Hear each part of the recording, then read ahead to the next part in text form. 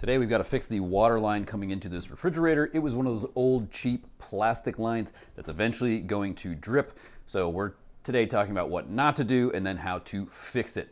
I know the cheap plastic lines, they're cheap, it's easy, it's flexible, you can connect your refrigerator easily, but over time it's going to grow brittle and it is going to crack and you're going to have what I had, which is a leak eventually.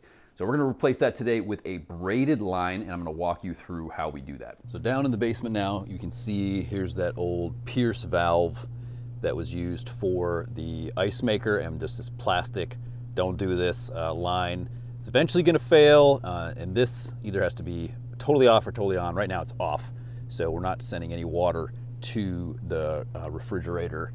But then we go up there and follow through the wall, and then up the drop ceiling, and then just straight up to the refrigerator. So what we're gonna do this time is we're gonna tap into the water line there. Zoom in a little bit here. Okay, so there's our cold water. We're gonna tap in there, use a SharkBite fitting, and then attach our braided line, and then run our braided line over up to the refrigerator. Let's go over what we're gonna need for this job. We've got our braided supply line. This one's stainless steel, made for an ice maker. And then we're just gonna use SharkBite fittings. So this one is to replace that old Pierce valve. Don't really wanna leave that there unless it ends up leaking. So you can cut the copper and then use this SharkBite fitting. And then this is to create our new valve for the braided cable. So really 3 things is all we're gonna need to make this happen. We've already pulled the old plastic supply line and cut that. Again, don't use those. It's going to leak at some point. Then we'll have to make a bigger hole here to run the braided line through. Now, this is a 20-foot line. I've seen them at Lowe's up to 30 feet. So you have a lot of room there to, you can leave some coiled back here so the fridge can still move back and forth. The last thing you're going to need for this job is somebody who knows what they're doing. So that's Pat from Legacy Renovation and Repair, Anderson, South Carolina. Shout out to Pat and his company. Definitely reach out to them if you've got some home repair that you've got to do.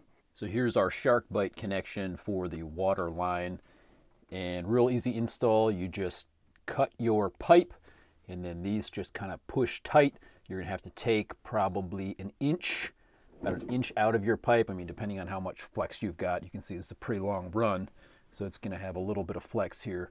You connect your SharkBite, and then we can screw on our stainless steel water line, and then we just ran it straight up to the refrigerator.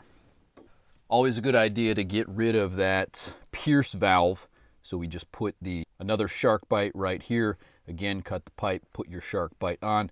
Real easy install there as well. So on this side we've got our braided line connected right there, and then it clamps to the back of the refrigerator.